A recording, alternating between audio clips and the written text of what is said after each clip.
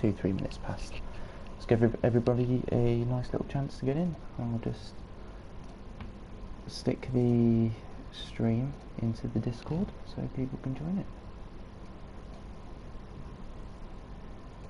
Okay. There it is. One does not like the sound of their own voice. Copy that. And then let's go to... Just trying to find the channel at this point. Where are you? There we go. Nice. How dare you? I'm going to close that, otherwise I'm going to hear my own voice throughout this whole thing, and it's going to be incredibly distracting.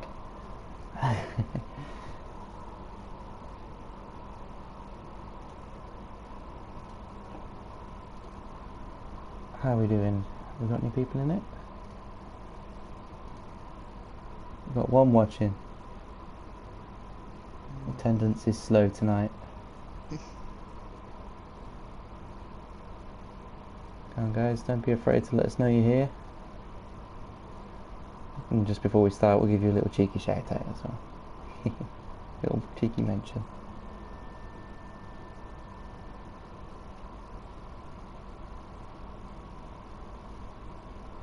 Okay, we'll make a start at 3 minutes past, which I would hope is enough time for everybody to get on in.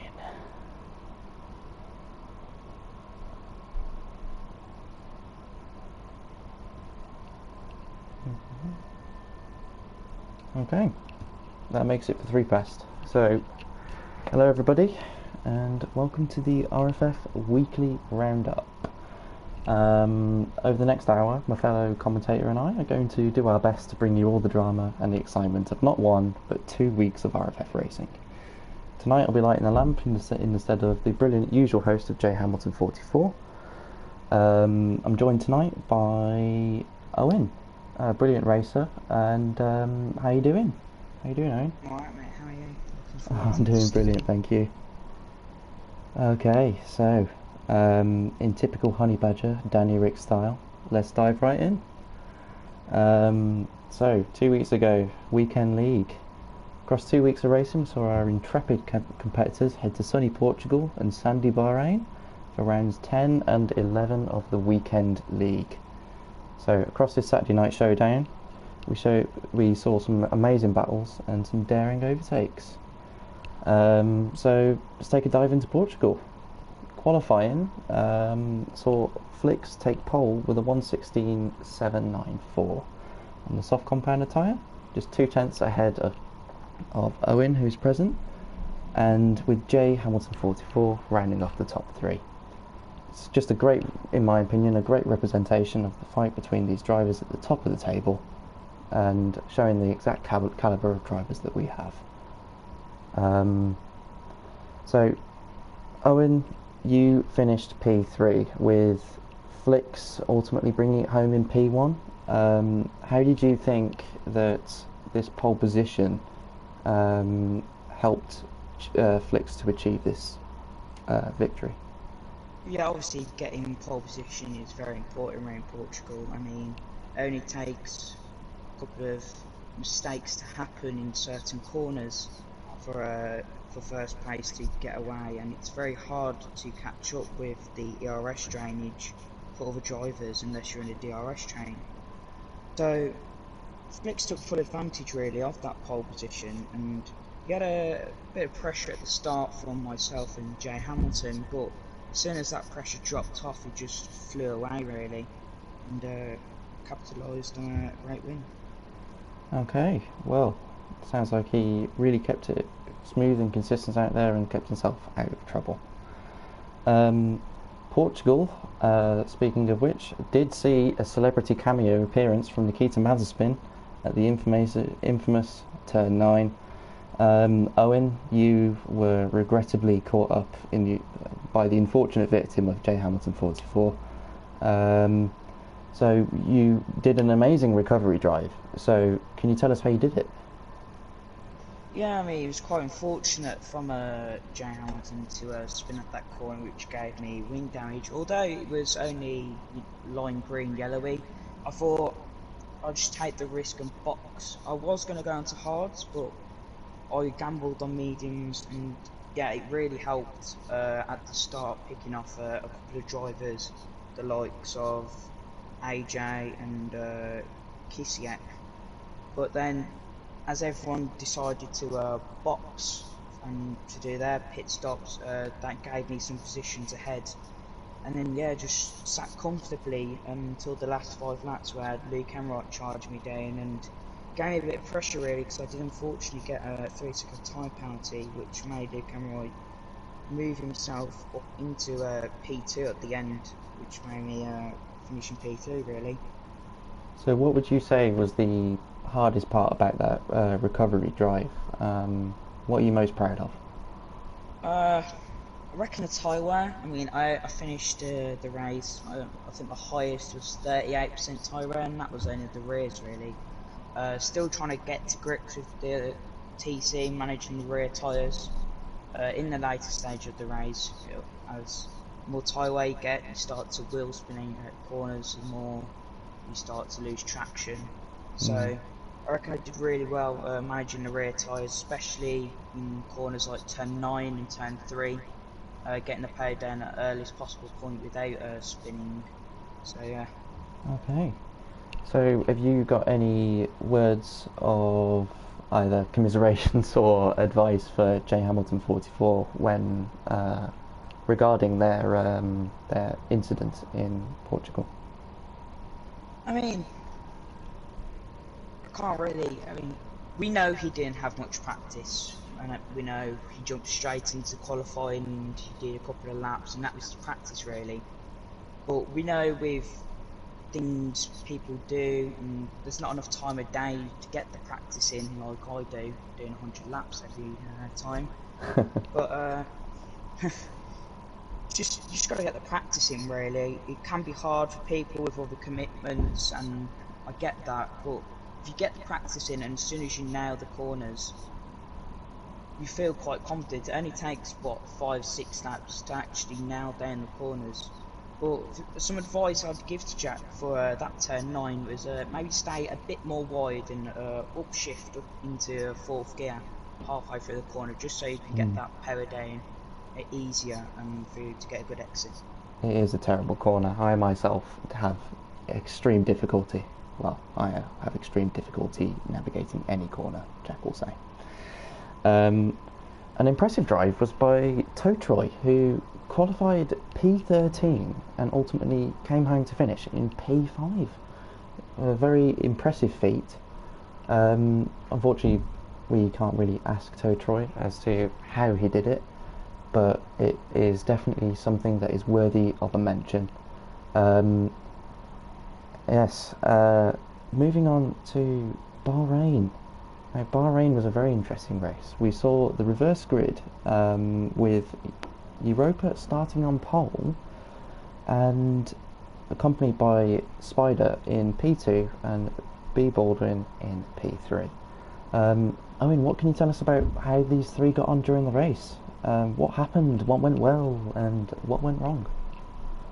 Well, obviously, turn 1 did see a bit of a kerfuffle really, involving a few drivers. But Europa starting on pole position kept it really clean for the first 5-6 laps, and did unfortunately spin at turn 4, I think it is, maybe turn 3. It's the one after the second DRS straight anyway. Unfortunately did spin there, which did see him drop down the order a bit. So Pegasus, I mean, he got caught up in that kerfuffle. Spider did really well. He was right there until the end, battling with Jack.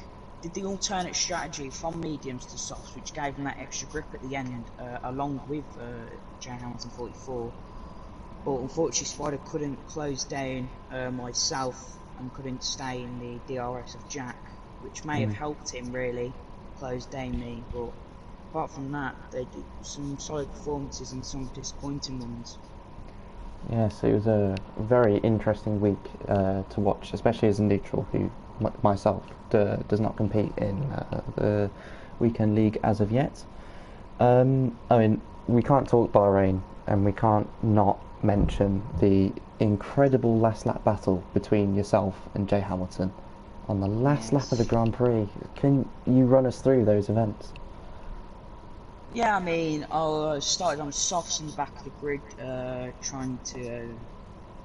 Well, I had a feeling in my head there was going to be a lot of incidents on lap one, so I started on softs just to get that extra grip off the start line and extra grip for the first few laps, just to try and make myself go that a bit faster around the order. And eventually I did pit, and the medium runners pitted at the same time for softs behind me. I did have a 4.9 second gap to Jams and 44, who Flix was behind me at the time, but unfortunately there was a bit of an incident which obviously ended Flix's race early, but then it was just Spider and Jay Hamilton 44 behind me, and yeah, both of them on soft compound tyres. Jay Hamilton 44 made a easy pass of Spider, and then for the past 4 laps, you really need then that concentration, consistent laps, and he came on to the final lap. He wasn't in my DRS on the final corner, so at this point I didn't really know that he was in that 1 second gap. So he got into that 1 second gap on the second DRS straight, DRS, boom, overtakes me. Lack of concentration really from me, lack of awareness that he was even in there.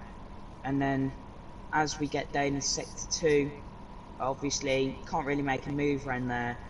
It's still keeping the lead, and then as we go onto the last DRS straight of the lap, turn 10, which is notorious for lockups and other stuff, but I didn't really get a good exit out of there really. Our car felt a bit slow, trying to get on the power early to maximise that DRS and the ERS and the attack, and I got close. I got to 2 temps, but I couldn't do really much. So we kept going back round through up turn 12, 13, and then we got into the last straight before the start finish straight, and I thought it was all or nothing, so I went straight down, ERS, tucked in the slipstream, tried to go for a move around the outside.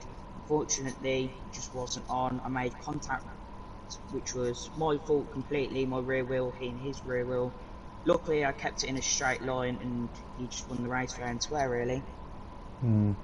The calibre of drivers that we do have in the midweek in the weekend league, is incredibly high, especially from these last lap battles and these consistent drives that we do see week in, week out. Really does lend itself to the work that the admin team does put in and the calibre of drivers that they do source. If you could do it again, Owen, what would you do? What would you do differently? Well, obviously, if I know that carnage was, well, not carnage, I'd say bulldozed happening in turn 1. If I know that was going to happen, I would have started on mediums, give me that extra grip and softs really.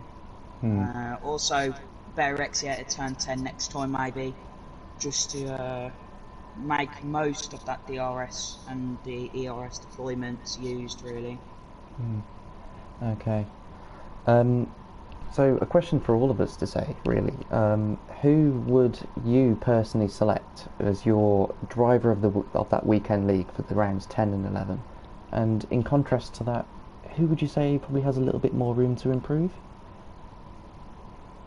Driver of the weekend, I would say.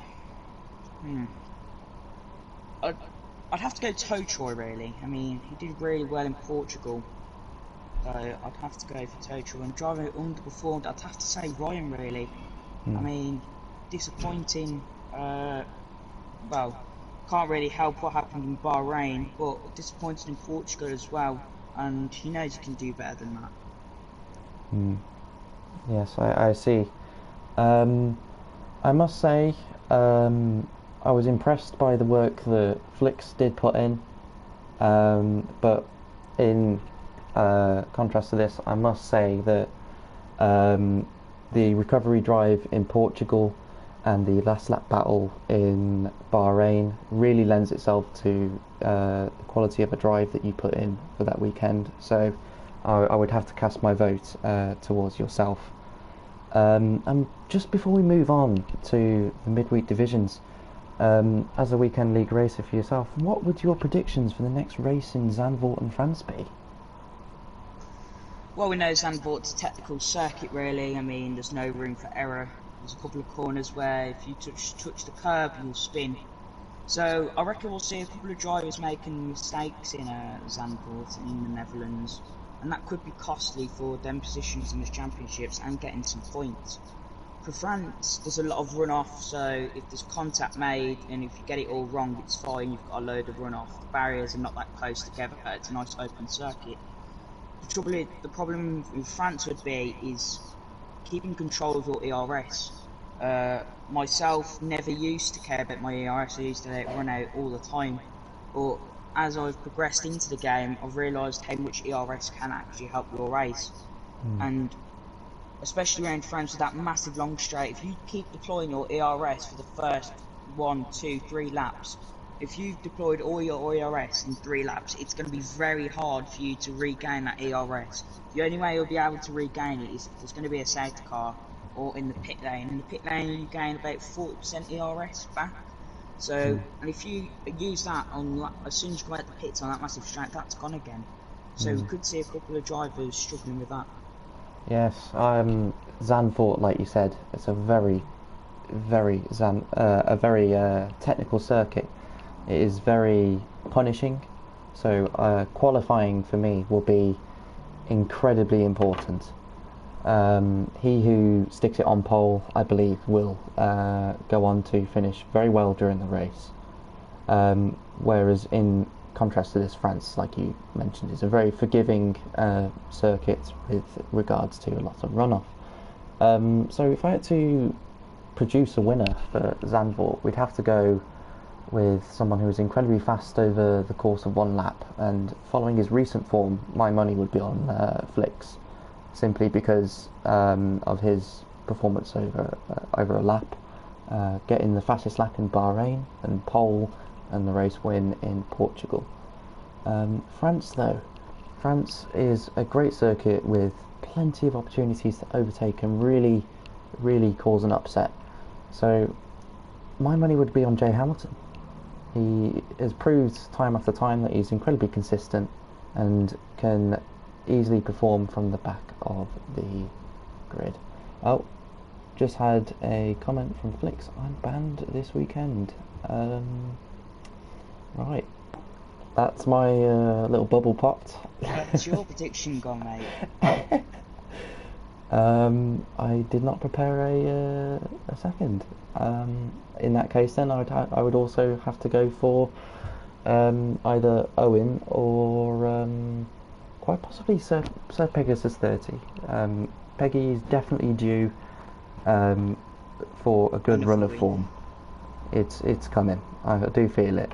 So my thoughts would go to Peggy. So we're going to move on to the midweek now, and here we have a very interesting roundup to bring you all.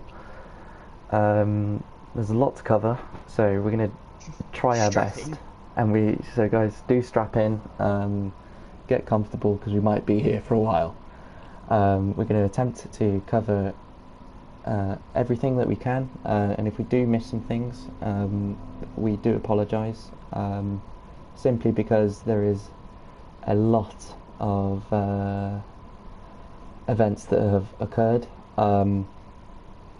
So in 2 weeks we saw two new race winners, and we also crowned a 5-time champion. A massive congratulations to Jay Hamilton 44, who closed out the Midweek 2 Drivers' Championship on 509 points. And the best bit is yet to come, he's done it with 4 rounds left to go. And a massive congratulations to Phil, his teammates at Mercedes, for his contributions to the Constructors' title, with leaving Mercedes with 755 points in total. But let's not forget, the champions may have been crowned, but there's 4 rounds to go and plenty left to play for, with plenty of excitement to bring to you listeners. So now, gentlemen, forgive the cheeky quote, but it is now time for a short view back to the past. Rounds 11 and 12 of the midweek saw our drivers jet off to the land of Oz and then to China for the reverse grid race. So we'll begin, as we usually do, by going through Division 1, the pinnacle of racing in our league. Australia always makes for an exciting event, and in Div 1 it definitely did deliver. Qualifying in Albert Park saw Robbo F96 take pole with title rivals Owen and Harry lining up alongside each other in P2 and P3. This title fight is close. It's really close. Owen, how are you finding this competition? Well, obviously, you know, Div 1, the new drivers and the calibre they're bringing to Division 1, it's getting really challenging now to keep up with these top drivers. But as you have these new people come in and test you and test your capabilities, it gives you that extra drive and motivation really to improve and get better, and just to be able to make sure you're consistently in that top 3, top 5 drivers in Division 1. It's getting really hard now. The pressure can get to you. I am feeling the pressure a bit. Luckily, no mistakes have come in as yet. But did make a kind of a mistake in well, yeah, I did make a mistake in Australia, getting stuck on a curb. But yeah, pressure's starting to become a reality now. How would you describe the talent that is in the Div 1 grid at the moment? Yeah, obviously Div 1, very, very fast, very clean, very overall fast. The only word you can describe about Div 1 is fast, really. I mean, everyone's really quick now. I mean, some drivers who we could say who wasn't the quickest at start, as they're improving on this game as well, they're starting to pop up as well in the top 5s and the top 10s, getting themselves into positions where they could potentially contest for some big points. As we know, in our league we run a different point system, so every weekend the championship order could change in a matter of 2 races. So it's all about making the right decisions on strategy. It's all about making the right decisions on. So you would say there is no room for error in that there's position. no room for error. If you make a mistake one week, if you make 2 mistakes over them 2 races and you don't finish them, you could drop from first place in the championship potentially down to 4th. It can change so quick. So when you mention the different point system that we run, what do you think Flicks in P3 in the standings can do? And with the title fight ongoing, do you think he maybe has plans to close the gap to the top 2? Do you think he could do it? Yeah, of course Flicks has plans to close down us and, well, myself and Harry. Obviously with a championship under his belt, he knows what it takes to win a championship. So of course he's hungry and he wants to win another championship, but he's going to have to up his consistency a bit more. I mean, Div 1, we know there's fast drivers in it now, but his consistency, he's been a bit off, especially our first week back after the week break. Consistency was a bit off, but overall he can definitely get himself up there, and he can if he puts his head to it, and if he concentrates a lot more and not make these errors and make contact with people, he can definitely close that gap to us. You've got a supporter in the comments section at the moment from Jaden Platt saying, "Go on, Owen, bring it home, kidder." So you've got a crowd now. So let's see. So times were tough in Australia. For those starting on the second row of the grid, Owen, you started P3, and Yeah. Tezza, I believe, started P4. Yeah. Yeah, Australia, it's a tough track. I know it says very easy on the game, but that chicane does claim a few lives, as we may discuss later, to my dismay. Um, Owen, tell me about that race. What happened to you? Yeah, Australia, I didn't get the best of starts really, and lap one was very poor for me. I dropped down to seventh place on lap one, and then for the majority of that race, I just got stuck behind Flicks really, and couldn't really make an overtake. DRS is not that powerful around Australia, so you can't really overtake.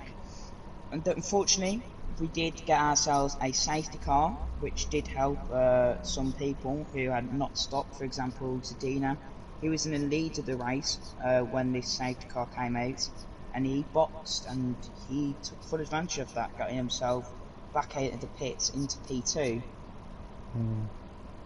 But yeah, of course, I mean, my race after the safety car restart, great team play from the Alfa Romeo. Zadina letting Ryan through, who is a quicker, and yeah, Zadina just holding the rest of us up really. I mean, being a great team player, and yeah, I went for an overtake around the outside, where you realistically you shouldn't overtake there, but I had a much faster. I just got stuck on the curb really, and that I lost 3 seconds, but I did gain that back. But unfortunately, it was only good enough for P6 in the end. Speaking of Alfa Romeo, in the midweek Div 1 Constructors battle, where do you see them finishing if you've described them as such a strong team? Yeah, Alfa Romeo, I mean, the caliber of drivers in there, Sir Pegasus 13, Zadina, they're both really good drivers. Race pace overall, they have, well, I'd say they probably have the best race pace as a team, realistically. The third in the constructors at the minute, I reckon they could, well, I don't want to put my team down really, but they could pip us to a second place with their teamwork. I mean, the gaps. I mean, over a race weekend, you could get what, over 100 points over a race weekend for your constructors teams. So if my team, myself and Kissiak, in a midweek have a bad week, we could possibly fall short in finishing third place. Right, I see. So, do you see yourselves giving everything to defend that P2? Would you defend it like a lion, as Alonso would be proud of? Yeah, I mean, obviously, both championships, drivers and constructors, we're all gonna try and we're gonna extract the best positions we can get in the races. So, seeing as your teammates might be struggling a little bit, would there be any advice that you could give to them? Yeah, really. It's all about strategy, really. I mean, obviously, we know on this game, double stacking doesn't really work on F1 2021. Instead, in real life, where you can execute it. But it comes down to strategy, really. He's got the pace to be up there with me and be up there with the top 5 people in Div 1. He just needs to get that strategy right so he can extract the best out of him. I see. Okay. The reverse grid then jetted off to China, and it proved relatively interesting. Let's have a look at the finishing order. So we had Robbo come home in first position from starting 11th, making 2 stops as well. So that does just prove that this man's got the pace. He was very quick during that weekend. Closely behind him was Sir Pegasus 30, yet again chasing that win. So he started just directly behind Robbo in 10th position, making the 1 stop, equaling his best lap time. So these two definitely were, you couldn't split them apart. Finishing only just 2.5 seconds behind Robbo. Perhaps that second stop really did make all the difference. Spider came back to finish third, from starting on pole position, making 3 stops surprisingly. So 3 stops for third position. That is a rather impressive feat, especially due to the pit lane loss around China. Owen, you came home to finish in 4th position, from 9th. So yet again, making just the 1 stop, and you did show relatively good pace. Flicks, it came home in 5th. Bigglewoe in 6th. Zadina in 7th. Rhinestone Kev 8th. Tasmuzzers 9th. Harry, your title rival, finished in 10th. That is a very, very interesting result, which I would like to come to later on. F1ology came home in 11th from starting 3rd on the grid. It must have been a very tough day at the office at Aston Martin.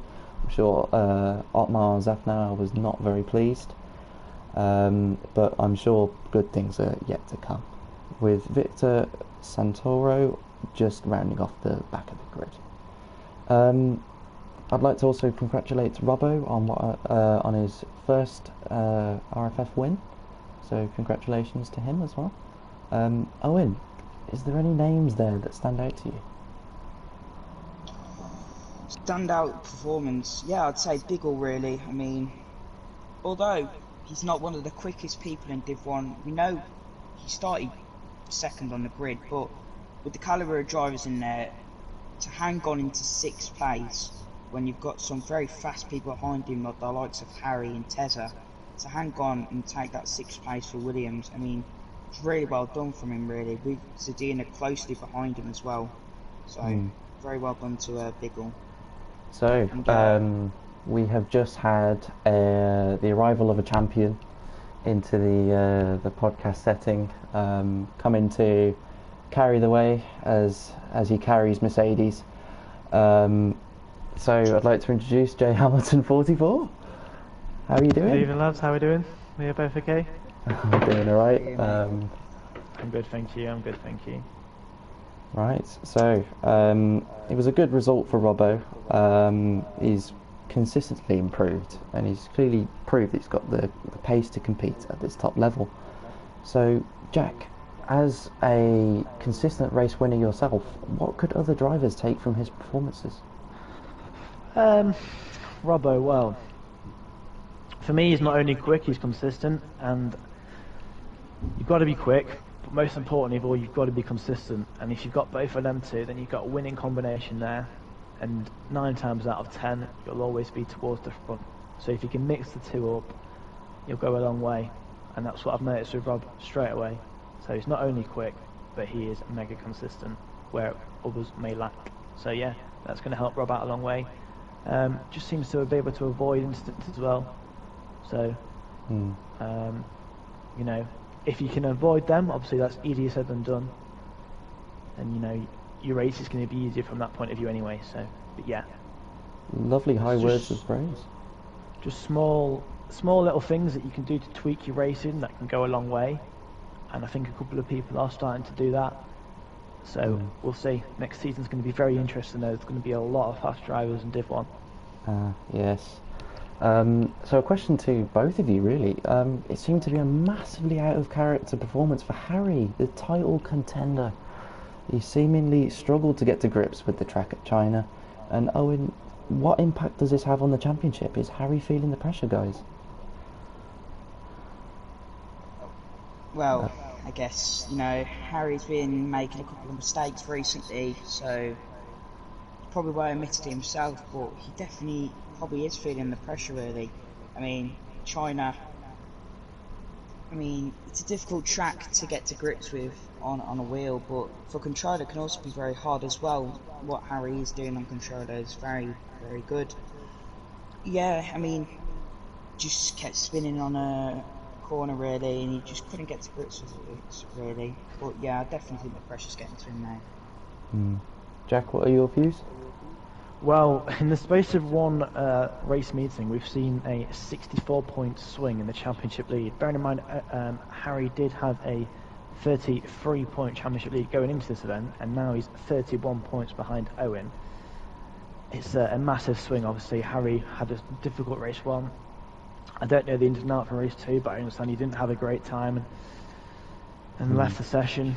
So that's his own downfall, I'm afraid. He at the minute, it looks to me like his own mistakes are going to cost him this championship. And if Owen keeps up, this consistency that he seems to have found, it's going to help him as the rounds progress. And obviously, let's not forget, we've not got many rounds left, so Owen having a 31-point championship lead could prove pivotal in the coming races. I've just had the notification that Robbo didn't actually win the the Chinese Grand Prix, so we've had our first mistake of the night. No, Sir Pegasus won China. Yes, I have just seen the message. It happens, mate. Don't worry about it. It happens. So, sticking in contention with rounds 10 and 11, Div 2 was a very interesting couple of races. Nobody likes talking about themselves, so I'll do it in the third person. Following qualifying at Albert Park, we saw a new pole sitter arise in Twins Jones _ John. Ultimately, they did fail to finish the race.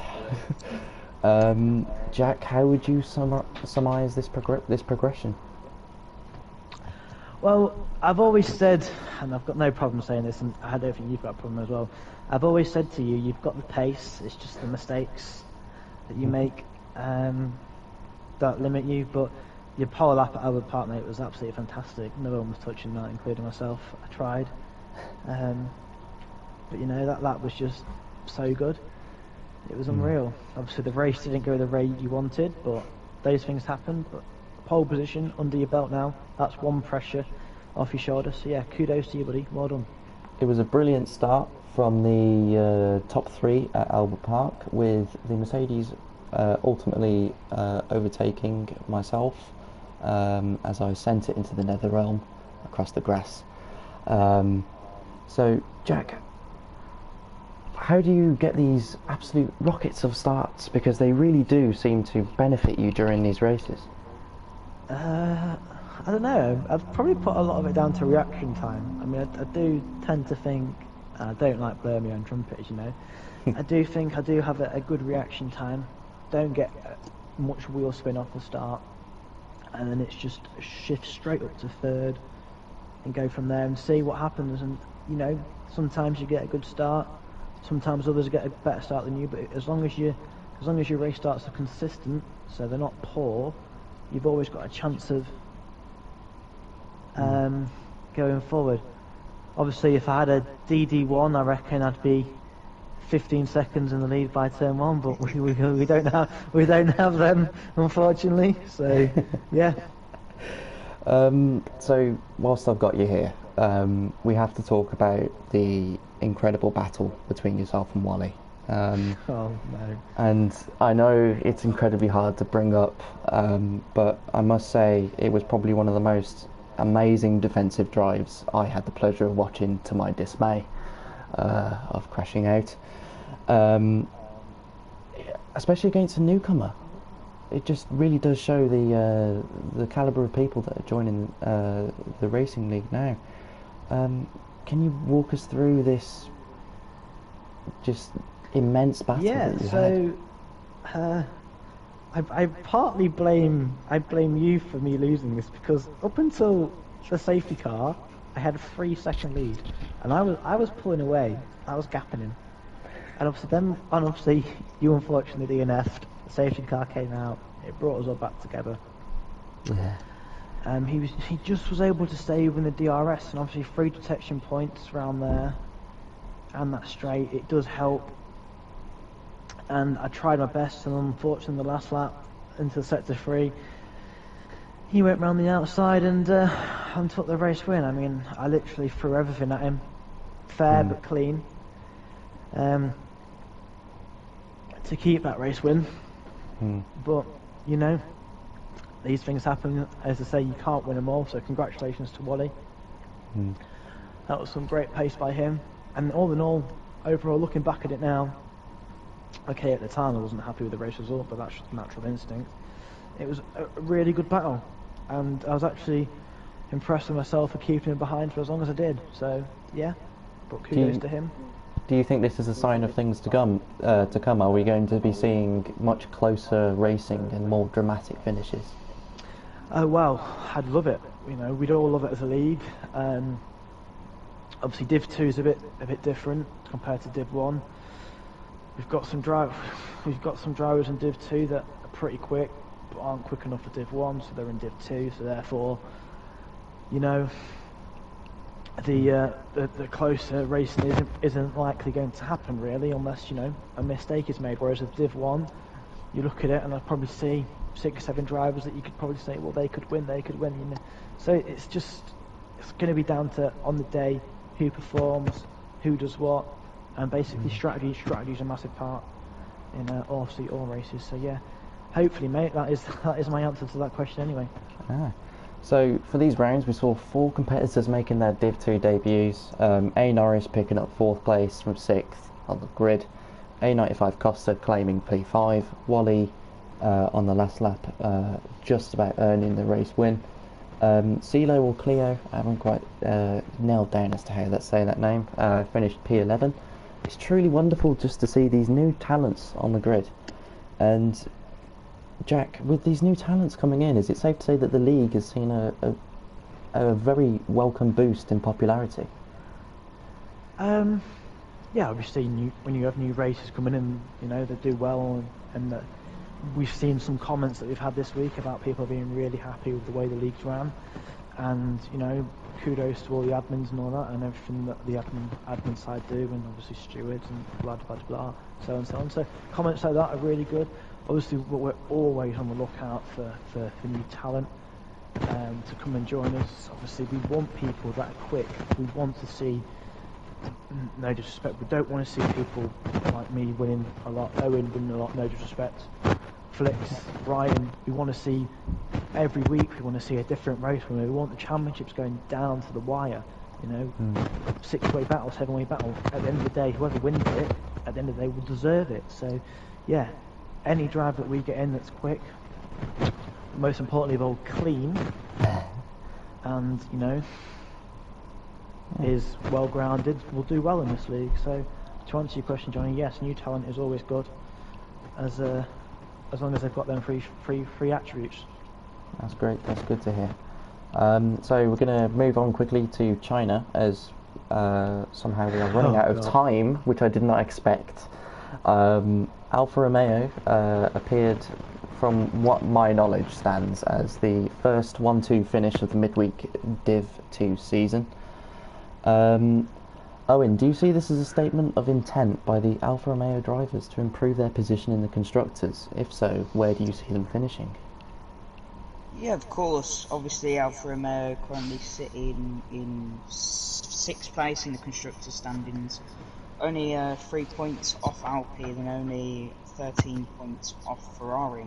So of course, you know, yourself and Costa will obviously want to jump up the constructors standings, and if you keep on performances with 1-2s and both you being up there, of course, you know, you can get anywhere.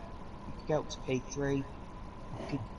I mean, obviously you can't win it now because, you know, Mercedes have took it home with their 2 drivers doing the exact same thing, and you just got to hit it right from the off, like Mercedes have. If you do it right from the off, consistency, both drivers, obviously that's where it'll get you. That'll get you the championship.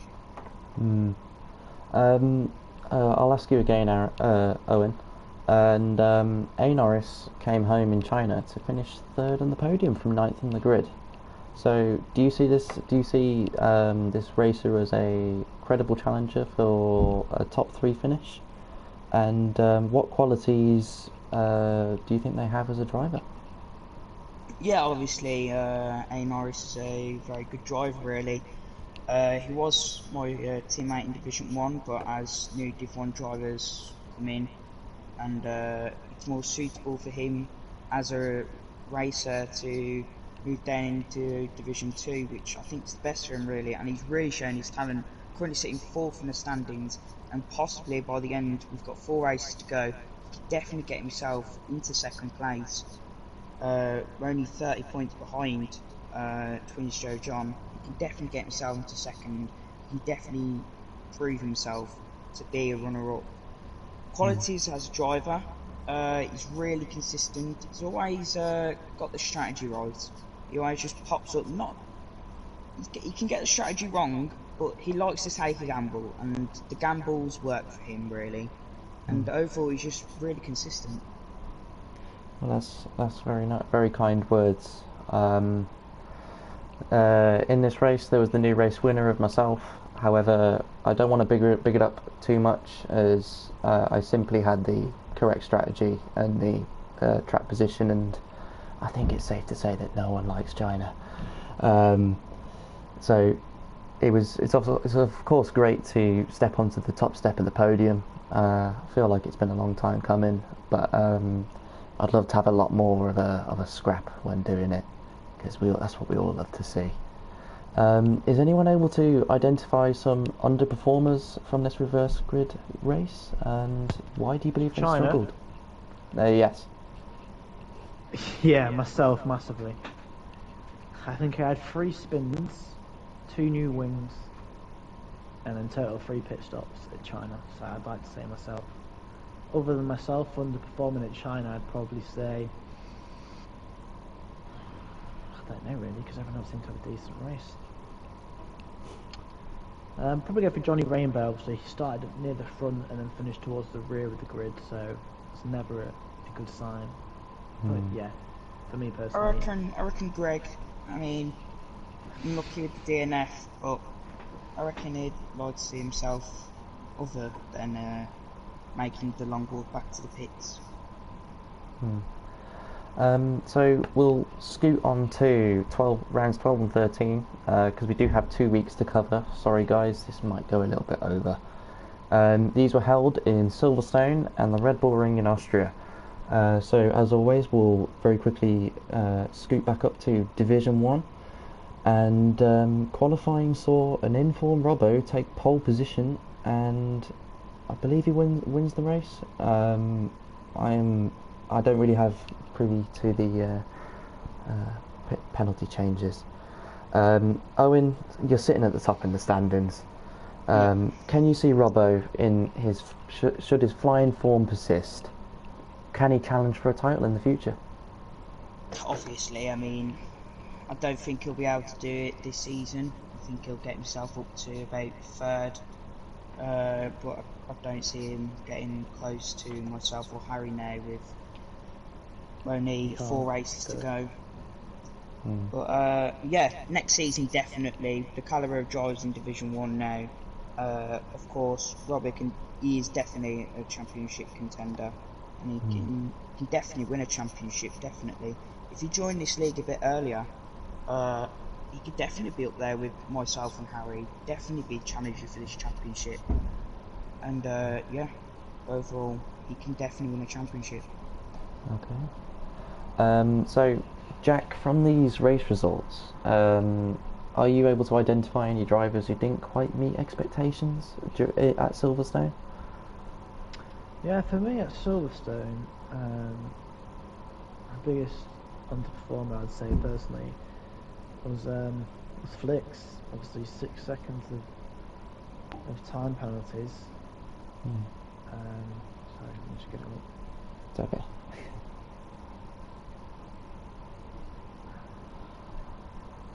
There we go. Yeah, Flicks. Obviously, yeah, he finished 4th, but 16 seconds off with 6 seconds time penalties. He's normally him and Owen are literally tied together. So for Flicks to be that far off, I'm sure I'd be pretty disappointed with. And yeah, also Sir Pegasus, we know he's strong at Silverstone. And obviously P10's a bit of a disappointment for him, but I'd like to end on a positive for that one and say well done to Owen. Started 8th, finished P3, so that's a great recovery drive by him. So yeah, well done to him for that one. Thank you very much. Okay, so we'll very quickly slide on over to Austria for the reverse grid race. And Owen, how would you surmise your performance at the Red Bull Ring? How would I summarise it?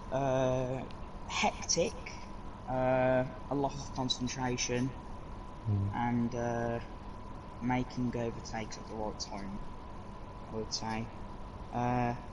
Obviously, starting from the back of the grid at Austria, it's always going to be hard because you get stuck in a DRS train very easily, being the lap so short and 3 DRS zones.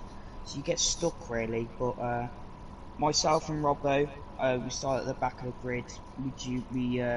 With the instance that happened ahead, we managed to avoid all the carnage and everything that happened, and slotted ourselves up into about 4th or 5th when the safety car came out, and then obviously Robbo, being the guy he is, very quick, overtook me, and then the rest was just consistency from Robbo again proven, also by Flicks as well.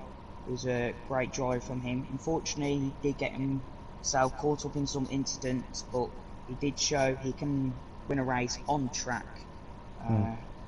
Unfortunately, slipping down to 8th place in the end. 7th place at the end of that. So if he cuts the mistakes out, Flicks, you should be impressed with that result in Austria, apart from the mistakes. So, Jack, coming to you, how do you see this championship fight panning out now? That Harry's had a few poor performances, and he's ultimately missed the race at Austria. Well, I don't want to put pressure on either of them really. But if Harry keeps making these sort of mistakes, he's just going to make it easy for Owen. Owen's got the lead now. He has been the challenger all the way through, and now he's got that lead. So Owen's just got to, constantly finish within the top 3 or 4, and he'll do enough to win it. He's got that little cushion now as well, which will help him. We've seen Owen make a couple of mistakes during the season. He seems to have ironed them out a bit. Obviously, let's not write off Flicks just yet. He's still within a shout of this championship. Albeit 80, just over 80 points behind. But with our point system, if Harry and Owen both have a DNF, Flicks wins, he's right back in it. So Flicks, he's still got an outside chance. Obviously, it's a very, very slim chance, but for me, it's Owens to lose, if I'm going to be totally honest with you. But strange things have happened. I don't want to put any pressure on him, as I've said. Well, we do love an underdog. So we'll scoot back down to Div 2 to round off the podcast with Div 2 seeing what I could only describe as a bit of an RFF spin on the Hanver bot situation between Jay Hamilton, the debutant in Iceman 99 Maverick, and myself. There was an impressive fight that between the newcomer and the newly crowned champion, and with Jay Hamilton taking pole on the mediums by 0.07 seconds to Iceman on the softs. That must have been an absolutely stonking lap. So Jack, just walk us through your race at Silverstone, please. Well, qualifying at Silverstone, I did a banker on the softs, and I thought, this isn't the best. And I thought, if I want to start on the mediums, I'll do what? I'll start on the softs. And I thought, well, I'm going to risk it and to try and do a medium run. Obviously, it was good enough for pole position, but still good enough for pole. And then it was all about, keeping him behind me within that first stint. Obviously, him being on a quicker tyre, maybe on a slower tyre. I thought I did that pretty well, kept him just out of a second. And obviously, when we switched the tyres over and I was on the softs and he was on the mediums, it was just concentrate, head down, just watching the gap build and build and build. So yeah, overall, from my perspective, Silverstone was a good race and a good win. Definitely impressive pace during qualifying, which is incredibly commendable. And hats off to the newcomer as well for throwing everything at him during the race. Yeah, well done, P2, good racing. So A95 Costa following their recent performance in Australia and China, I've seen a dip in their form with a DNF in Silverstone and a P5 following incredibly high track limits violation penalties. Only 15 seconds of pens for Costa, Austria. Only 15. What's the record during the race? 20 something, isn't it? Julian's got it at, I believe it's 32, but that was a 50% race. 32, okay.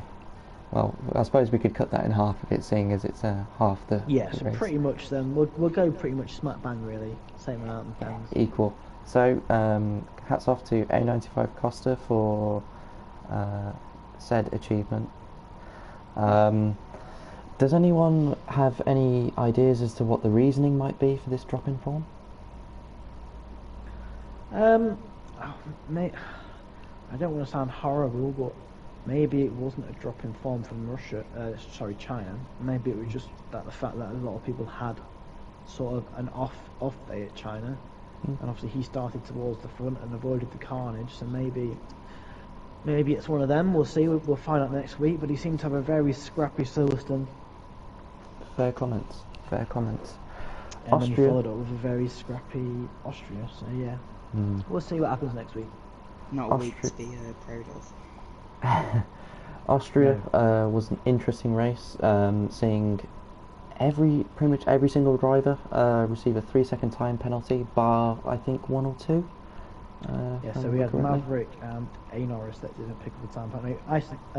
Coincidentally, that 3-second time penalty that Maverick was 1-1 away from just gave him the gap of himself to win the race. So kudos for him for not getting a penalty, and the same for AJ as well, because it's obviously very easy around Austria to pick up multiple warnings which results in a penalty. I must also congratulate Mercedes driver Phil for his drive in Austria. Quite frankly, the man was unpassable, and despite going wide at a couple of corners, it was just impossible to what's the word? Overtake. Oh, gosh. I've used all my talent. That one way to win stuck it all the way. It has. It really has. I didn't even have to fight that hard for it. There was a very wide variation of strategies, which saw A Norris come home in 4th position. Very good drive. I believe that the A Norris was the bar myself finished in the same position as they did in the first race. So that's correct. Yeah. Very good consistency, and it's what we do like to see. Very big mention with Div 2 as well. For the past, I believe, 2 weeks, there hasn't been a single incident reported to the stewards, and I believe that Div 2 must be congratulated in this achievement, and is definitely leading the way for the type of racing that we want to promote in the league. So I must say, congratulations and well done, guys. Well done. Let's keep it going. Not too sure now as to what we need to be covering, because we have covered all the races, and I believe the majority of the drama and the excitement. But again, I must say a massive congratulations in person to you now, Jack, for winning your 5th title, especially in Div 2, and by an impressive distance, with 4 rounds to go, 509 points. I think you've won well over half the races, which is an impressive feat. So well done. Thank you, appreciate that. As well as Phil for his contribution to the constructors' title. You boys have done the double. What contribution? I've been leading that by myself now. Kudos to Phil Wilson for his points. Just one thing from myself, Owen. How you doing after Bahrain, buddy?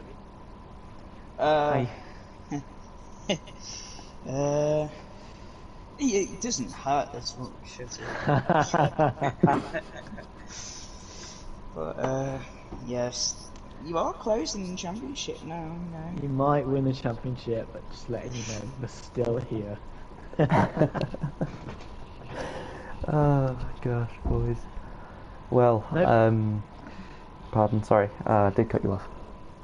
I just want to say a special mention to you, really, Johnny. Thank you for, at short notice, taking over responsibilities and doing this podcast and, hosting and doing such a brilliant job. Obviously, your form has massively picked up in Div 2, and for me, there's no reason why you can't pull away and finish P2 in the standings without a shadow of a doubt, because, let's be honest, you probably are, by myself, the quickest driver in Div 2. Well, that is very kind words, and thank you. I've tried my best. I don't know how you do this typically, so I'd love to return to the podcast, but I don't. You've done a brilliant job, mate. I can't congratulate you enough, and Owen as well. As always, Owen, you love taking part in these podcasts, so congratulations to you. And if my maths are correct, Owen, this weekend we can see you claim. Sorry, Johnny, I seem to have taken over. No, I'm happy for it. The driving standings in the weekend league.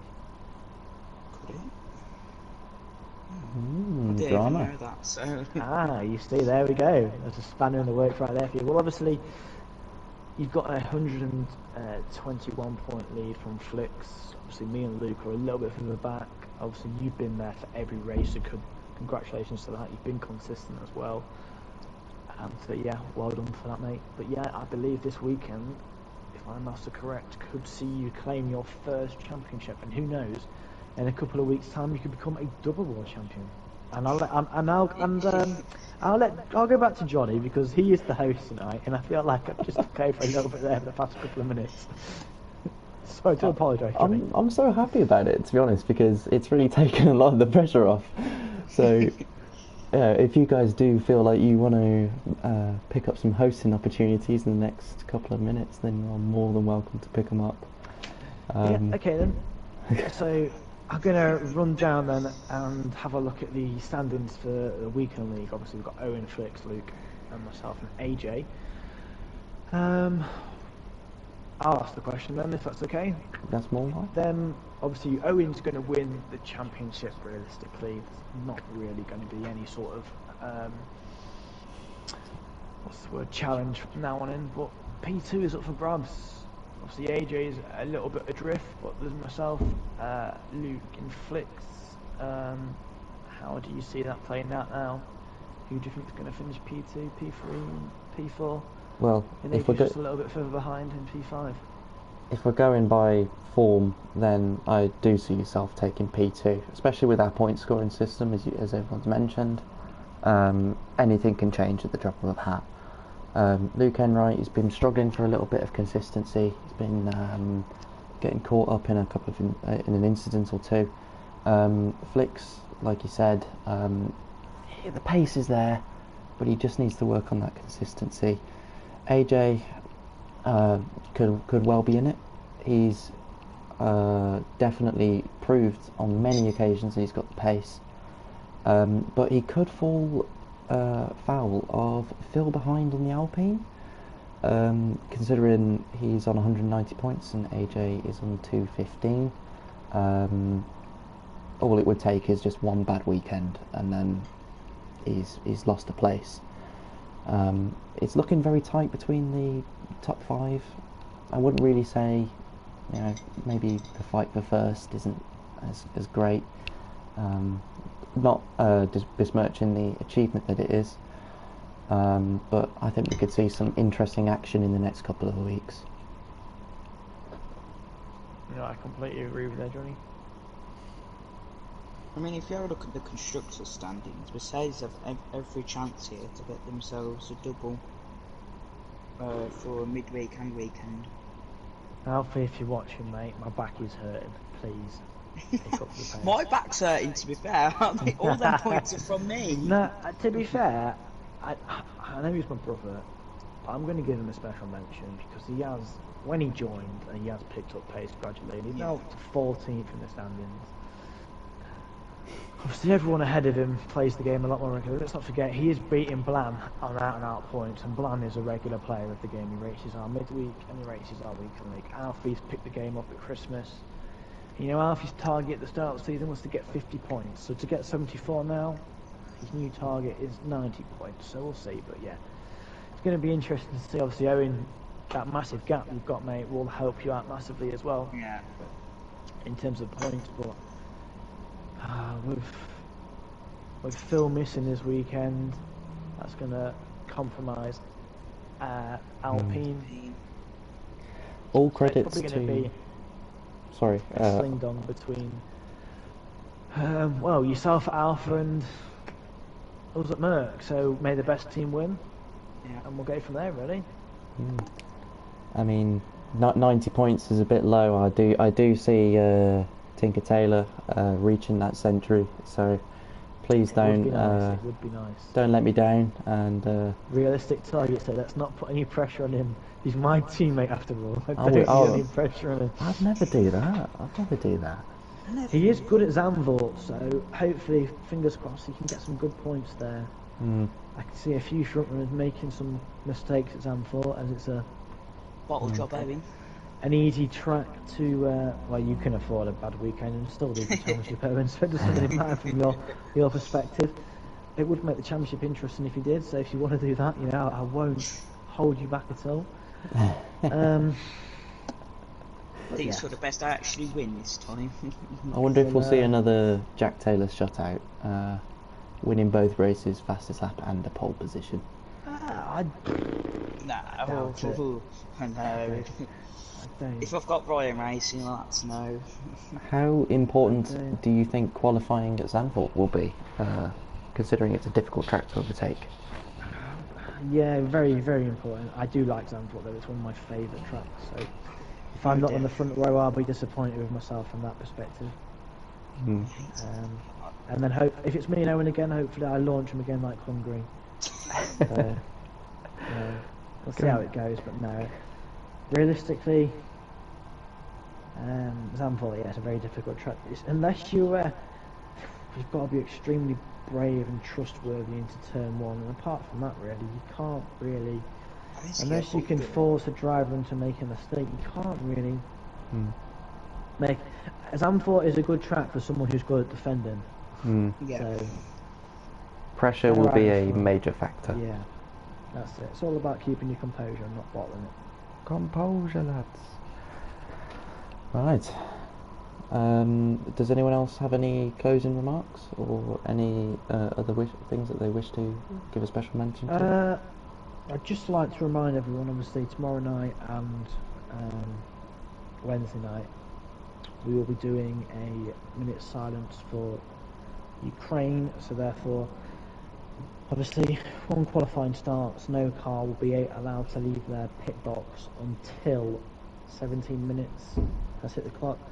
If anyone is found foul of doing this, they will receive a big penalty, as we are doing this out of respect to a nation that is under attack from another nation. Never thought we'd experience this in 2022, but here we are. So yeah, that's just a quick reminder. And obviously, if anyone, this isn't an obligation, this is voluntary. If everyone wants to make their helmet design for that of the Ukraine flag, that would be greatly appreciated from behalf of the admin team. So yeah, that's it from me, Johnny. Okay. Well, I'd like to thank Just you got both. a couple of questions in, Johnny. Apparently, Toto Wolff has got the Mercedes Div 1 lineup sorted already for next season of Sir Pegasus 30 and Jay Hamilton 44. That's breaking news from the comment section. I don't know anything about that myself, I'm just going to say. But apparently, Toto Might- Wolff has confirmed his lineup for next season in Div 1. We might have to take that to the steward's office, seeing as it will just be quote unquote unfair. That's so not right. Yeah, Mercedes will definitely be having an investigation brought forward regarding unfair practices. And anyway, I would like to thank you two for joining myself, especially on such late notice. and No with worries, mate. so much to cover as well across 2 weeks. And I must say, brilliant work. We were supposed to have 3 of us, but we had a late pull out. So Hello, we had Philip, by the way. Welcome in. hello Phil. And yeah, I must commend Owen for doing a great job. I know I've pretty much interviewed him for the entirety of this, but I'm not a honest, weekend league before or a we Div 1 start. racer yet, so my knowledge is very limited. Congratulations once again, Jack, on another title. Rumour has And- it PJH has been dropped down to Div 3, let alone Div 2. I couldn't just before you make me feel any bigger than, well, I'm fat, but make me feel bigger. I can understand why you've got the Mercedes now. It constantly keeps flicking to the rear of the car, and I just see the attraction from you to it. And I understand why now it's on the stream. It's just irresistible. Look at it. It's just, you know, it's eye candy. You can't expect me to sit behind it and then not want to touch it. 25 grand fine, mate. 50 grand fine, touching that Yeah. railing. Okay, well, thank you everybody for joining us tonight. I hope we've shed some light on what's been going on for the past couple of weeks. We are still operating, we are still here. I know you've missed us and we've missed you. So until next time, we will see you quite hopefully next Friday. Other than that, we'll bring you to another 2 weeks worth of action. Good night from myself, and I will end it now.